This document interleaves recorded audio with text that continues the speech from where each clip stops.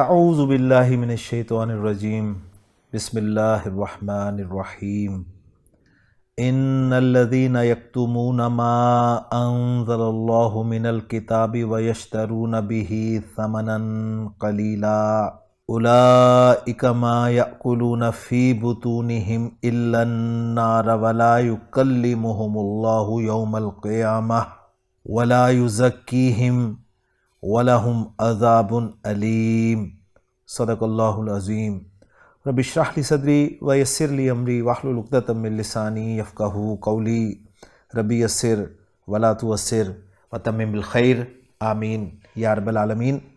آج کے سبق میں ہم انشاءاللہ تعالیٰ سورۃ البقرہ کی آیت نمبر 174 کو گرامیٹیکلی انالائز کریں گے۔ آیت آپ سکرین پہ لکھی ہوئی دیکھ رہے ہیں، تو چلتے ہیں اس آیت میں استعمال ہونے والے پہلے جملے کی طرف۔ جی، پہلا جملہ آپ کو سکرین پہ نظر آ رہا ہے جو کہ ایک طویل جملہ ہے، اور اس ایک طویل جملے میں کافی سارے چھوٹے چھوٹے جملے آپ کو ملیں گے۔ یہ پورا ایک جملہ بنتا ہے، اس لیے میں نے اس کو یہاں پر اکٹھا کر دیا، اور میں اگر آپ کے سامنے مزید تفصیل رکھوں تو یہ ایک بڑا جملہ جو ہے کافی سارے چھوٹے چھوٹے جملوں پر مشتمل ہے۔ تو سٹارٹ ہو رہا ہے اس جملے کا جی انا۔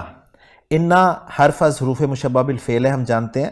جب بھی انا آتا ہے اس کا ایک اسم ہوتا ہے اور ایک خبر ہوتی ہے۔ انا کا اسم منصوب ہوتا ہے اور خبر جو ہے وہ مرفوع ہوتی ہے، اور انا کی خبر جو ہے وہ جملہ بھی آ سکتی ہے، شبہ جملہ بھی آ سکتی ہے، اور مفرد اسم بھی آ سکتی ہے۔ تو یہاں پر دیکھتے ہیں پہلے انا کا اسم کیا ہے اور انا کی خبر کیا ہے۔ تو انا کا اسم جو ہے وہ انا کے بعد ہمیں نظر آ رہا ہے الذین۔ الذین اسم موصول جو ہے یہ انا کا اسم بن کر آ رہا ہے۔ الذین انا کا اسم ہے اور الذین اسم موصول ہے، اور ہم جانتے ہیں کہ واحد و جمع کے جو اسماء موصولہ ہیں وہ مبنی ہوتے ہیں، تو یہاں پر ہم الذین کو محلاً منصوب قرار دیں گے۔ تو اسم انا ہو گیا، اور ساتھ ہی ہم اس کو اسم موصول کے طور پہ بھی لکھ دیتے ہیں۔ اسم موصول جب بھی آتا ہے اکیلا نہیں آتا، اس کا صلہ ضرور ہوتا ہے، اور صلہ عام طور پر جملہ فعلیہ ہوتا ہے۔ تو آگے اس کا جو صلہ آ رہا ہے وہ ہے یکتمون۔ یکتمون صلۃ الموصول ہو گیا، اور ساتھ ہی ہم اسے فعل اور فاعل بھی قرار دے دیں گے۔ یا علامت مضارع ہے، زبر کے ساتھ آ رہی ہے، لہٰذا فعل معروف بن رہا ہے، یعنی ایکٹیو وائس فعل ہے، اور فعل مضارع میں اونا کی آواز جمع مذکر کی آواز ہوتی ہے، اور علامت مضارع یا لگی ہو تو غائب کو شو کرتی ہے۔ تو کاف تا میم مادہ ہوا، اور واو اس کا ضمیر مرفوع متصل فاعل قرار دیا جائے گا، اور ہم جانتے ہیں کہ کتما یکتمو باب نصر ینصر سے استعمال ہوتا ہے، اس کے معنی ہوتے ہیں چھپانا۔ تو یکتمونا وہ چھپاتے ہیں۔ اب ترجمہ بتا رہا ہے اس فعل کا کہ یہ ایک متعدی فعل ہے، لہٰذا اسے مفعول کی ضرورت ہوگی، یعنی وہ کیا چھپاتے ہیں۔ تو جو چیز چھپاتے ہیں وہ مفعول بھی ہوگا جو کہ آگے آ رہا ہے، اور وہ ہے ما۔ ما اسم موصول ہے، اور مفعول چونکہ منصوب ہوتا ہے تو ہم اس ما کو محلاً یہاں پر منصوب قرار دیں گے۔ تو یہ مفعول بھی ہی ہے، محلاً منصوب ہو گیا، اور ساتھ ہی ہم مینشن کر دیتے ہیں کہ یہ اسم الموصول ہے۔ پھر وہی بات، اسم موصول جب بھی آتا ہے اس کا صلہ ضرور ہوتا ہے، تو ما کے ساتھ جو آگے صلہ آ رہا ہے وہ ہے انزلہ فعل۔ انزلہ فعل صلۃ الموصول ہو گیا۔ نون زا لام مادہ ہے، باب فعال سے استعمال ہوا ہے۔ انزلہ ینزل انزالا، نازل کرنا، تو انزلہ کے معنی ہوں گے اس نے نازل کیا۔ اب یہ صیغہ نمبر 1 ہے، تو اس کا فاعل جو ہے وہ آگے آ سکتا ہے، تو آگے ہمیں اس میں جلالہ جو ہے وہ فاعل نظر آ رہا ہے کیونکہ مرفوع ہے۔ انزل اللہ کا ترجمہ اگر ہم کریں تو ترجمہ کچھ یوں ہوگا کہ اللہ نے نازل کیا۔ آگے آ رہا ہے من الکتابی۔ من الکتابی جار مجرور کا مجموعہ ہے، اور یہاں پر ایک اچھی طرح بات نوٹ کر لیں کہ ما موصولہ کے بعد حرف جر من آ جائے تو 99% وہ من بیانیہ ہوتا ہے۔ پھر ایک مرتبہ سن لیجئے، ما موصولہ کے بعد اگر من آ جائے تو 99% چانسز ہوتے ہیں کہ وہ من جو ہے وہ من بیانیہ ہوتا ہے۔ ہم جانتے ہیں کہ من دو طرح کا ہوتا ہے، من تبعیضیہ بھی ہوتا ہے اور من بیانیہ بھی ہوتا ہے۔ یہ من بیانیہ جو ہے یہ اصل میں اس ما موصولہ جسے ہم پھر مبین کہتے ہیں اس کو بیان کر رہا ہوتا ہے، اس کی وضاحت کر رہا ہوتا ہے۔ اب ایک اور بات اچھی طرح نوٹ کر لیں کہ یہ جار مجرور جو ہے یہ ترکیب میں کیا بنے گا. جب آپ نے یہ ثابت کر دیا کہ ما موصولہ کے بعد جو من آ رہا ہے وہ من بیانیہ بن رہا ہے، تو یہ جار مجرور جو ہے یہ حال بنتے ہیں اگر یہ معرفہ کے بعد آ رہے ہوں، اور اگر نکرہ کے بعد آ رہے ہوں تو پھر صفت بنیں گے. اب سوال پیدا ہوتا ہے کہ یہ حال کس کا بنے گا؟ ظاہر بات ہے انزلہ کے فاعل کے لیے تو حال نہیں بن سکتا، تو یہ اصل میں جو ما موصولہ اس کا صلۃ الموصول ہے انزل اللہ، جس میں آیت بھی چاہیے ہمیں، کیونکہ آیت تو نہیں ہے نا اس میں، انزل اللہ میں آیت نہیں ہے جو ما کی طرف لوٹ رہی ہو. تو انزلہ کے بعد ایک ضمیر منصوب متصل ہا کی ضمیر، یعنی ہو جسے ہم کہیں گے، یعنی پڑھیں گے تو اس کو ہا ہی ہم نا، تو وہ ضمیر عائد محذوف ہے. یہ یا تو اس کا حال ہے من الکتابی یا پھر یہ ما کا ہی حال ہے. اور یہ بات ہم اس لیے کر رہے ہیں کہ ہم جانتے ہیں کہ ذوالحال جو ہے وہ معرفہ ہوتا ہے، تو ضمیر جو ہے ہا کی وہ بھی معرفہ ہے، اور ما جو ہے اسم موصول یہ بھی معرفہ ہے. تو بہرحال یہ من الکتابی جو ہے وہ حال بنے گا. اور یہاں یہ بھی بات اچھی طرح نوٹ کر لیجئے کہ یہ کسی سے متعلق ہو کر حال بنتا ہے، یعنی گرامر والوں کے مطابق اگر ہم ثابتاً کو یہاں پر محذوف مانے اسم الفاعل کو، تو یہ من الکتابی جو ہے ثابتاً کے متعلق ہو کر پھر یہ حال بنے گا اس ضمیر سے یا پھر ما سے.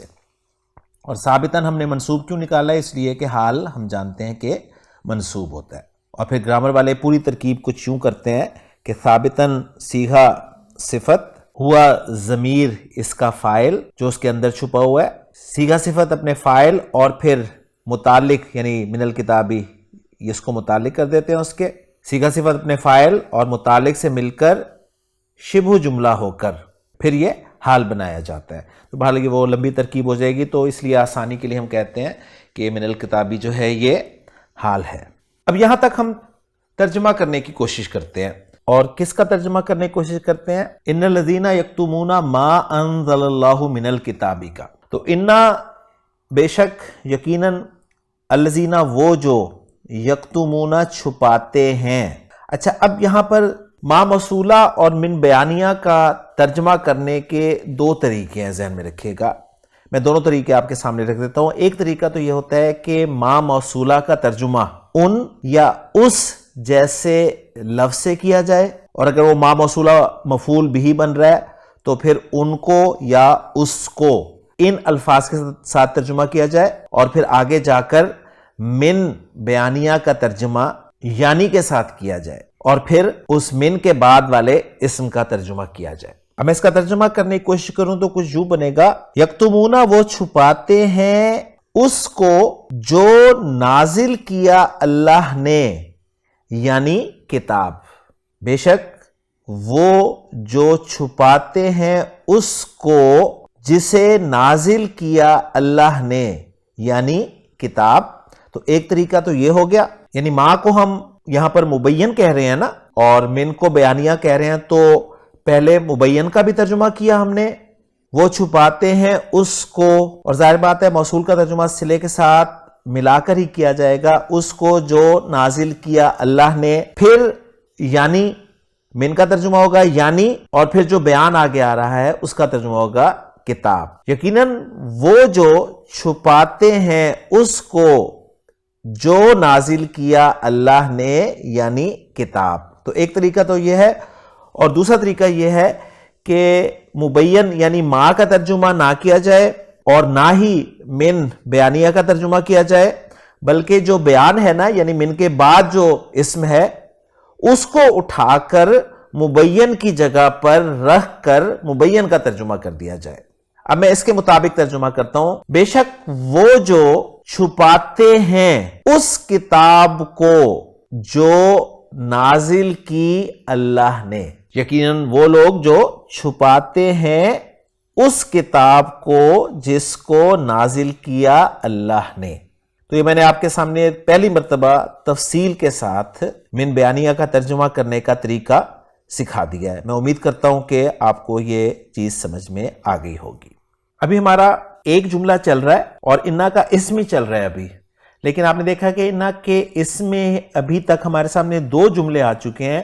ایک جملہ ہم نے کیا انزل اللہ، اور ایک جملہ کیا ہے یکتمون ما انزل اللہ کی صورت میں.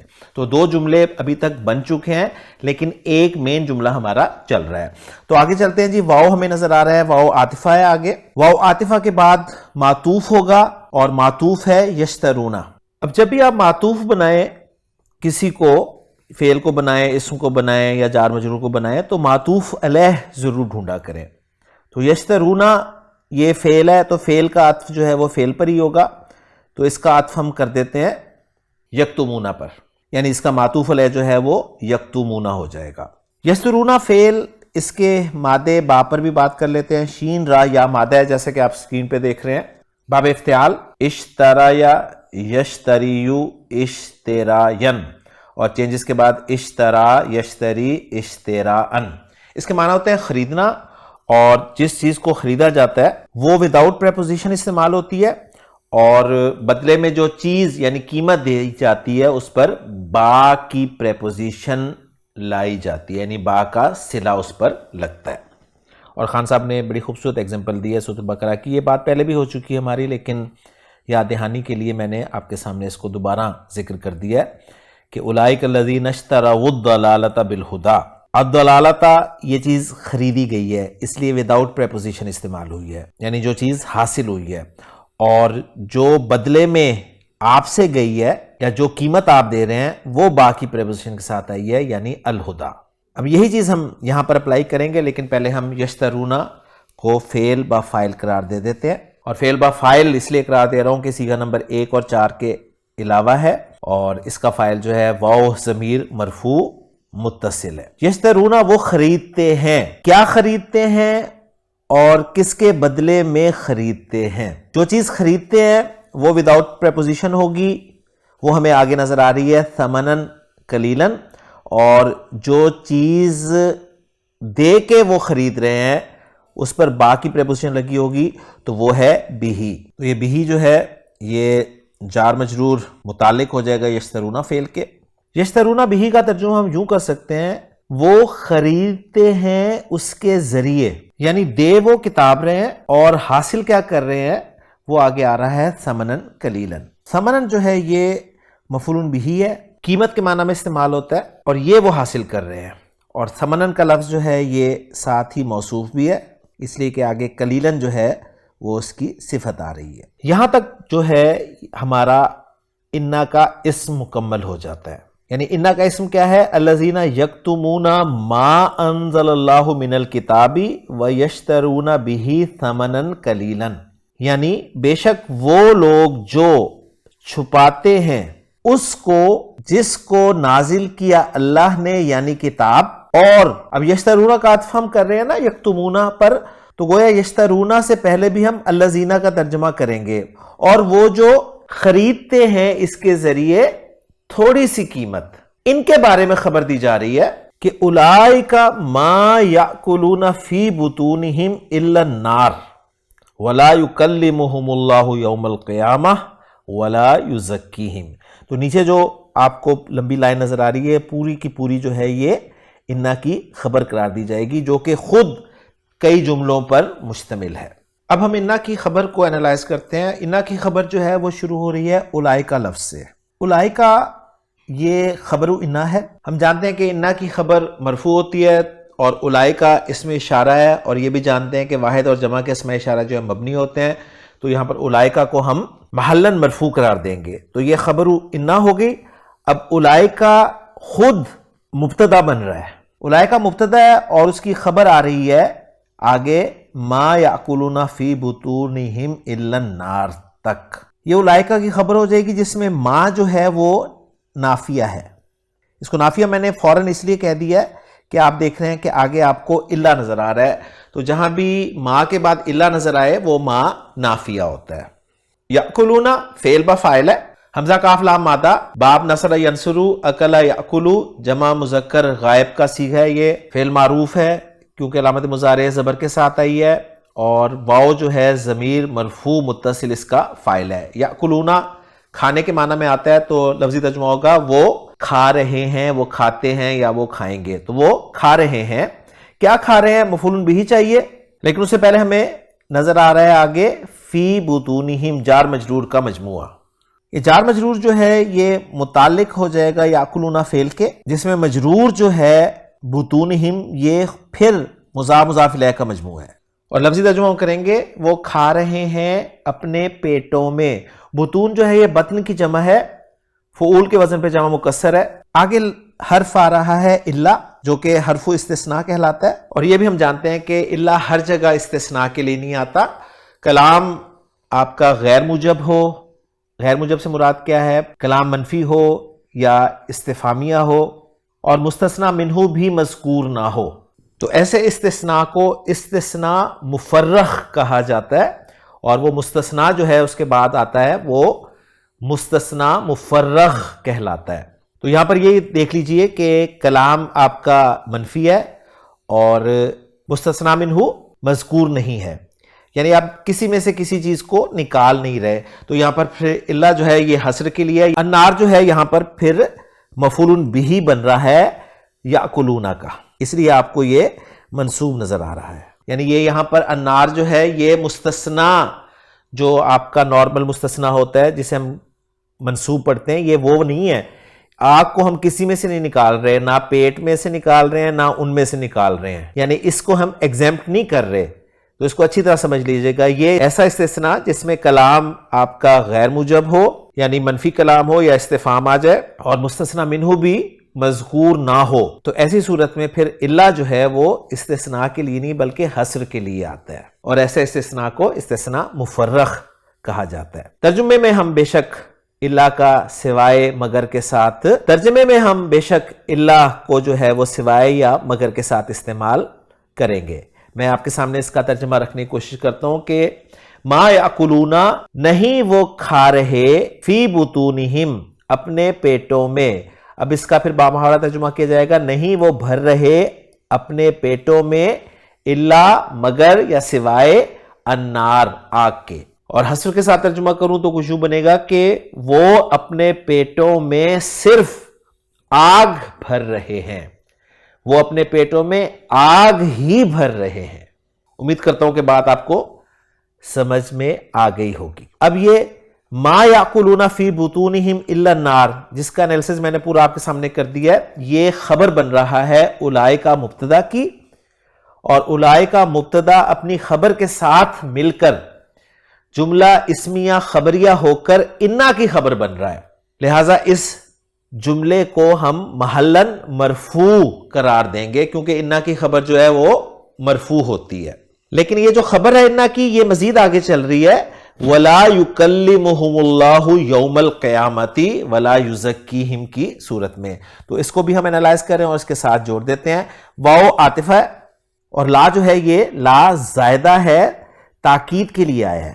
یہ پوائنٹ بھی اچھی طرح نوٹ کر لیں کہ نفی کے بعد واو آ جائے اور پھر لا آ جائے، نفی کے بعد واو آ جائے اور لا آ جائے تو وہ لا ہمیشہ زائدہ ہوتا ہے اور تاکید کے لیے استعمال ہوتا نفی کے لیے ہی ہے، لیکن زائدہ اور تاکید کے لیے استعمال ہوتا ہے. آگے آ رہا ہے یکلمہم اللہ، جس میں یکلمہم فعل اور مفعول بہ ہیں، کیونکہ اس میں جلالہ جو ہے وہ مرفوع آ رہا ہے تو وہ ہم فاعل قرار دیں گے. کاف لام میم مادہ آپ سکرین پہ دیکھ رہے ہیں، باب تفعیل سے استعمال ہوا ہے. کلم یکلم تکلیما، کسی سے بات کرنا، گفتگو کرنا. تو یکلم جو ہے یہ پہلا صیغہ ہے اور علامت مضارع پیش کے ساتھ ہے. عین کلمہ ساتھ دیکھا جائے گا، اگر عین کلمہ زبر کا ہوگا تو پھر اسے ہم مجہول قرار دیں گے، ورنہ یہ معروف ہوگا. تو عین کلمہ جو ہے لام وہ زیر کے ساتھ ہے تو یہ مجہول نہیں ہے، تو یہ معروف فعلی ہے، یعنی ایکٹیو وائس ہے. یہ اچھی طرح بات آپ سمجھ لیجئے گا.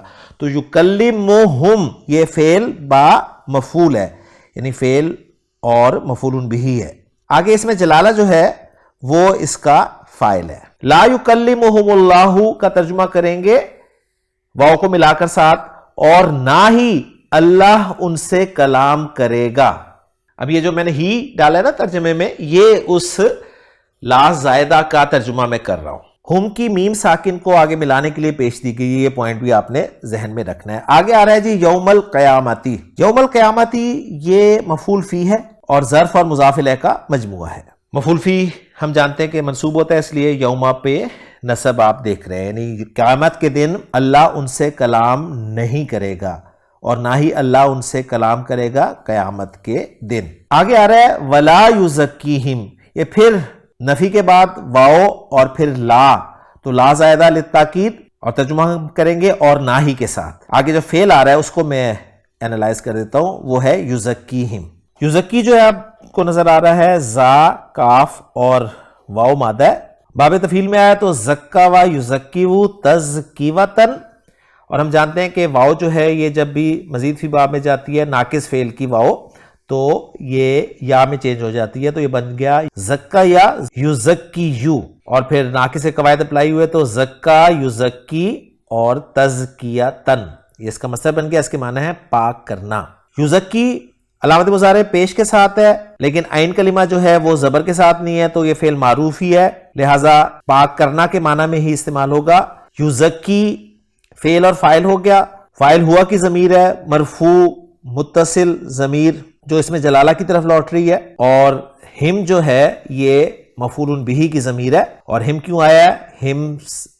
ہم بن جاتا ہے جب ہم سے پہلے زیر آ جائے یا ساکن یا آ جائے، تو یہاں پر ساکن یا ہے تو اس لیے یہ ہم کے طور پہ آیا ہے، تو یزکیہم آپ کا فعل فاعل اور مفعول بہ ہو گیا، اور ولا یزکیہم کا ترجمہ ہم کریں گے اور نہ ہی وہ انہیں پاک کرے گا۔ اور ویسے ہم اگر عطف کرنا چاہیں تو بالکل ہم کریں گے، تو یہاں پر ہماری خبر مکمل ہو جاتی ہے، اور اس خبر میں آپ نے دیکھا کہ بہت سارے جملے مل کر جو ہیں وہ معطوف علیہ معطوف بن کر پھر استعمال ہوئے ہیں۔ اولئک ما یاکلون فی بطونہم الا النار ولا یکلمہم اللہ یوم القیامت، اس کا عطف ہم ما یاکلون فی بطونہم پر کر دیں گے، ولا یزکیہم اس کا عطف بھی ہم اس پر کر دیں گے، تو اس طریقے سے الحمدللہ ہمارا یہ جملہ مکمل ہو گیا۔ انا اپنے اسم اور خبر کے ساتھ مل کر جملہ اسمیہ خبریہ ہو گیا۔ اب اس آیت کا آخری جملہ جس پر یہ آیت مکمل ہو رہی ہے وہ آپ اسکرین پہ لکھا ہوا دیکھ رہے ہیں، وہ ہے وَلَهُمْ عَذَابٌ عَلِيمٌ۔ واو کا استنافیہ مان لیں، لہم سے آپ کا جملہ شروع ہو رہا ہے اور آگے کوئی فعل نہیں ہے، تو ہم جانتے ہیں کہ جار مجرور کے بعد اگر اسم آ جائے، یہ بات اچھی طرح نوٹ کر لیجئے، جار مجرور کے بعد اگر اسم آ جائے تو وہ جار مجرور جو ہے ترکیب میں خبر مقدم، اور وہ اسم چاہے نکرہ چاہے معرفہ وہ مبتدا مؤخر بنتا ہے، اس کو اچھی طرح نوٹ کر لیجئے۔ تو یہ لہم جو ہے یہ جار مجرور خبر مقدم بن گیا، اور عذاب علیم جو ہے یہ مبتدا مؤخر بن گیا، جس میں عذاب جو ہے وہ موصوف ہے اور علیم جو ہے وہ صفت ہوگا۔ موصوف صفت مل کر مبتدا مؤخر ہو گیا، مبتدا مؤخر اپنی خبر مقدم سے مل کر جملہ اسمیہ خبریہ ہو گیا، اور ترجمہ ہم کریں گے وَلَهُمْ عَذَابٌ عَلِيمٌ کا، اور ان کے لیے ایسا عذاب ہے جو دردناک ہے، یعنی ان کے لیے ایک دردناک عذاب ہے۔ علیم حمزہ لام میم مادے سے فعیل کے وزن پہ ہے، صفت مشبہ، اور اس میں کنٹینیوٹی کا جو ہے مفہوم پایا جاتا ہے۔ تو الحمدللہ یہ آیت ہماری مکمل ہوگی۔ اب ہم اس آیت کا اتھینٹک ترجمہ دیکھتے ہیں۔ ان الذین یکتمون ما انزل اللہ من الکتاب، بے شک جو لوگ چھپاتے ہیں جو اللہ نے کتاب میں سے اتارا ہے، انہوں نے اس طرح سے اس کا ترجمہ کیا ہے، وَيَشْتَرُونَ بِهِ ثَمَنًا قَلِيلًا، اور اس کے بدلے تھوڑی قیمت حاصل کرتے ہیں، أُولَئِكَ مَا يَأْكُلُونَ فِي بُطُونِهِمْ إِلَّا النَّارِ، یہ لوگ اپنے پیٹوں میں آگ کے سوا کچھ نہیں کھا رہے، وَلَا يُكَلِّمُهُمُ اللَّهُ يَوْمَ الْقِيَامَةِ، اور نہ اللہ ان سے قیامت کے دن بات کرے گا، وَلَا يُزَكِّيهِمْ، اور نہ انہیں پاک کرے گا، وَلَهُمْ عَذَابٌ عَلِيمٌ، اور ان کے لیے دردناک عذاب ہے۔ الحمدللہ جی آیت نمبر 174 ہماری مکمل ہو گئی ہے۔ انشاءاللہ تعالیٰ اگلے لیکچر میں نئی آیت کے ساتھ آپ سے ملاقات ہوگی۔ سبحانک اللہم و بحمدک، اشہد ان لا الہ الا انت، استغفرک و اتوب الیک۔